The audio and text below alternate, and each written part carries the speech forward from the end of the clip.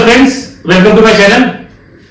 आज मैं problem discuss करूंगा कि सेंट्रॉइड ऑफ आई सेक्शन। ये जो डायग्राम जो दिखा है यहां पे आपको आई सेक्शन दिखाई दे रहा है, इसका हमें क्या करना है, सेंट्रॉइड फाइंड आउट करना है। तो फ्रेंड्स ये बहुत ही इंपॉर्टेंट है, डायरेक्टली ये यूनिवर्सिटी एग्जामिनेशन में पूछा जाता है, तो आप इस वीडियो में लास्ट तक बने रहें।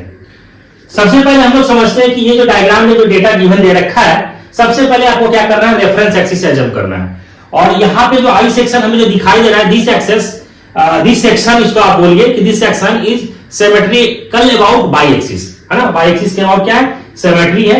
तो उस कंडीशन में हमें क्या होगा कि यहां पे x बार इक्वल टू 0 होगा। तो हम लोग लिखेंगे यहां पे जब सॉल्यूशन करेंगे कि दिस सेक्शन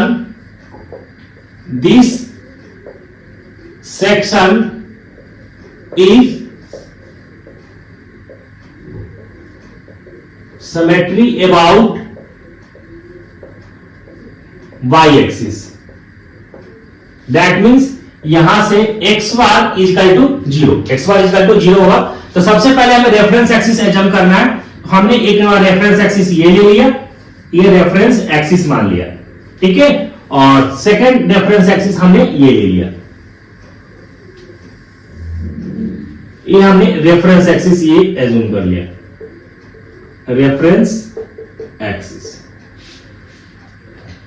अब देखिए यहां पे आई सेक्शन में कितने पार्ट में है, 3 पार्ट के अंदर है।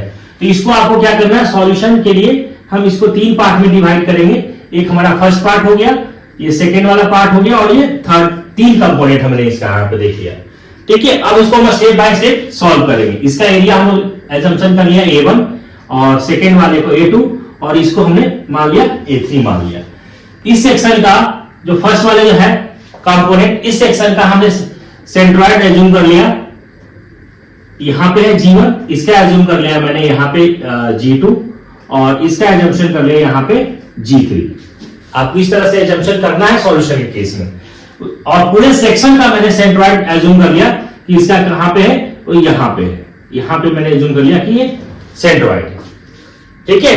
अब आपको क्या करना है, यहां से रेफरेंस दिखाना है। तो यहां से जो आप रेफरेंस दिखाओगे तो यहां से क्या आ जाएगा, ये हमें कैलकुलेट करना है। आपको क्या, ये आपको कैलकुलेट करना है, यहां से यहां y बार निकालना है, ये हमें आइडेंटिफाई करना है, ठीक है।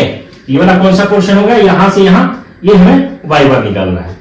अब आपको क्या करना है, स्टेप बाय स्टेप सॉल्व करना है। आइए हम लोग देखते हैं सॉल्व कैसे करना है। सबसे पहले हम लोग निकालेंगे एरिया फर्स्ट वाले का, A1 लेंथ इनटू विड्थ होगा, तो कितना हो गया 100 इंटू 20। सारे डायमेंशन mm में दे रखा है, तो ये हो गया 20,000 mm का स्क्वायर। अब हम लोग बात करेंगे x1 तो हमें निकालना है नहीं, क्योंकि है ना, यहां पे तो सिर्फ हम लोग निकालना क्या है, y1 कैलकुलेट करना है, क्योंकि इस रेफरेंस एक्सिस से, ठीक है, x1 क्या हो जाएगा, 0 ही आएगा, ठीक। तो हम लोग अब y1 कैलकुलेट करेंगे। अब देखिए यहां से y1 कैसे आपको निकालना है, इस कंपोनेंट का y1 निकालना है। आपको एग्जामिनेशन में गलती नहीं करना है, बिल्कुल सावधानी से देखिए। यहां से रेफरेंस हमें ये कंसीडर करना है, रेफरेंस ये कंसीडर कर लिया, और निकालना किसका है, y1, इसका निकालना है y1। तो यहां जहां से आपने रेफरेंस लिया है उसको आपको कंसीडर करके चलना है। तो रेफरेंस हमारा कौन सा है, ये है। तो ये डिस्टेंस कितना है, 30 है, तो 30 आपको लिखना है यहां पे 30। फिर ये वाला डिस्टेंस कितना है, यहां से यहां 100 देखिए दे रखा है, तो आपको लिखना है कितना है, 100 लिखना है, ठीक है। अब मैं बात करूं इसका हाफ करना है, यही इसी का तो निकालना है हमें। तो इसका हाफ कितना हो जाएगा, देखिए 20 गिवन दे रखा है, यहां पे देखिए ये 20 मेंशन किया हुआ है, ठीक है। तो 20 डिवाइडेड बाय 2, तो ये कितना हो गया 140। ये आ गया आपका y1 कैलकुलेट हो गया। स्टूडेंट इसी में गलती होता है, आपका y1 निकालने में, y2 निकालने में और y3 निकालने में मिस्टेक हो जाता है। तो आपको इसको सावधानी से आपको सॉल्व करना है।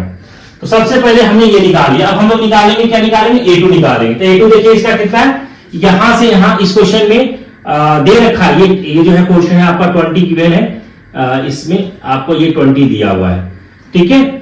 तो इसमें कैसे निकालेंगे, 100 दे रखा है, तो 100 इंटू 20, तो ये कितना हो जाएगा 100 इंटू 20, तो ये हो गया आपका 20,000 mm का स्क्वायर, ठीक है। उसके बाद हम लोग निकालेंगे, क्या निकालेंगे, y2 कैलकुलेट करेंगे। y2 कैसे कैलकुलेट करेंगे, देखिए रेफरेंस तो हमें ये निकालना है और इसका y2 निकालना है। तो ये 30 प्लस इसका हाफ, तो कितना हो जाएगा 30 प्लस 100 डिवाइडेड बाय 2, ये कितना आ गया आपका 80 आ गया, 80 mm। अगेन हम लोग निकालेंगे A3 कैसे निकालेंगे 150 इंटू 30 150 देखिए लेंथ है और विड्थ इसका कितना है 30 है तो ये कितना आ जाएगा 4500 mm का स्क्वायर।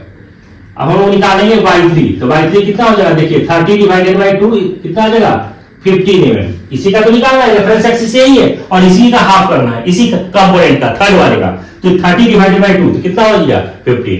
अब हमें क्या करना है कैलकुलेट करना है यहां से y1 तो y1 कैसे निकालेंगे a1 y1 plus a2 y2 plus a3 y3 divided by a1 plus a2 plus a3।